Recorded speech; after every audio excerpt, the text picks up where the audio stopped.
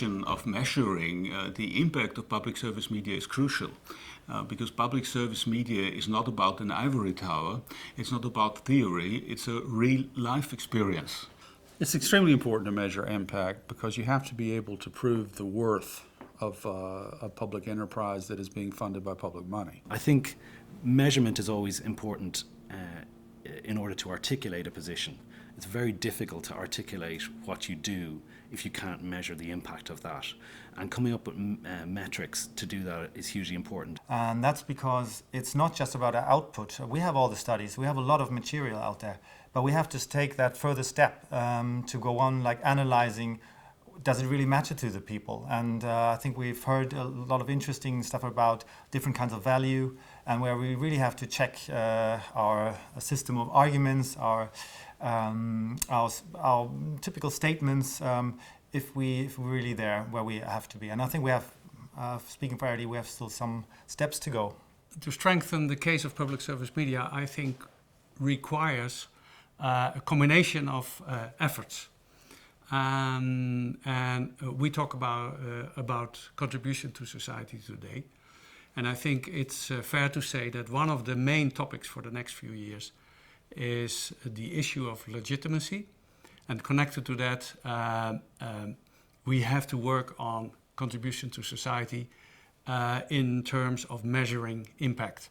In Iceland, we've managed to communicate the importance of public service media without using these concrete impact measures. But I'm sure they will help. Well, I think impact measurement is hugely important, and there's a number of areas that we need to look at. You know, measuring the impact of our content, primarily that's how the audience engage with us. And I think coming up with frameworks by which we can measure that impact in a creative sense, be they economic impact in the creative sector, supporting creative initiatives and enterprises, be they production companies or new tech companies, but also, you know, leaving a positive imprint on the various societies we operate in.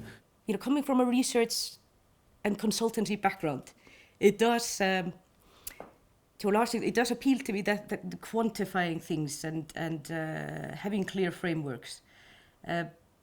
One thing that you know, the complexity of the models scared me a bit, because I think how do you communicate this to your audiences? We need to map the complexity, but we cannot just be overwhelmed. We need to do the next step, that is to create a product, to create a framework that the members can use. Are we going to be able to defend public service media on the basis of just better rhetoric or actual evidence? And I would suggest that the problem is not a lack of rhetoric. The problem is a need for stronger, more compelling, more convincing evidence in relation to what stakeholders expect. And there's a great variety of stakeholders with different interests. I think it's more relevant to some than others.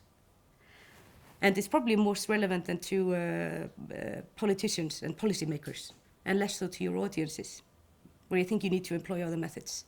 As we found out today, contribution to society is very complex if you really want to grasp it.